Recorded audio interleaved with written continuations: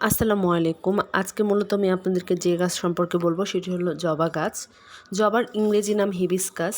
এটি ল্যাতিন শব্দ রোসা সিনসেসিস থেকে এসেছে, যার অর্থ চীন দেশের গোলাপ। যদিও গোলাপের সাথে এর কোনো সম্পর্ক নেই।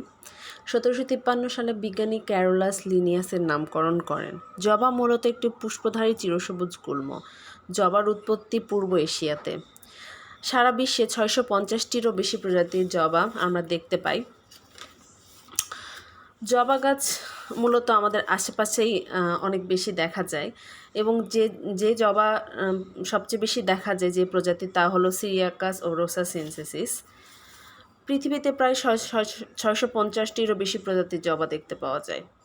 যেগুলো নার্সারি থেকে কিনে আনি আমরা, সেগুলো অধিকাংশই গ্রাফটিং, টিস্যু কালচার ও দুই প্রজাতির ফুলের পরাগরেণু মিলিত হয়ে নতুন প্রজাতির জবা গাছ তৈরি করে। এর উচ্চতা 8 থেকে 16 ফিট এবং প্রস্থ 5 থেকে 10 ফিট। এর পাতাগুলো চকচকে, ফুলগুলো উজ্জ্বল বর্ণের হয় এবং 5টি পাপড়ি যুক্ত হয়। জবা চাষের জন্য গ্রীষ্মকাল ও শরৎকাল উত্তম সময়। জবা চাষের জন্য সূর্যের আলো এবং আর্দ্রতা লাগে। 10 ডিগ্রি সেলসিয়াসের নিচে তাপমাত্রা জবা গাছ সহ্য করতে পারে না। এর জন্য উন্নত দেশে একে গ্রিন হাউসে চাষ করা হয়। জবা গাছ অনেক উপকারী একটা গাছ।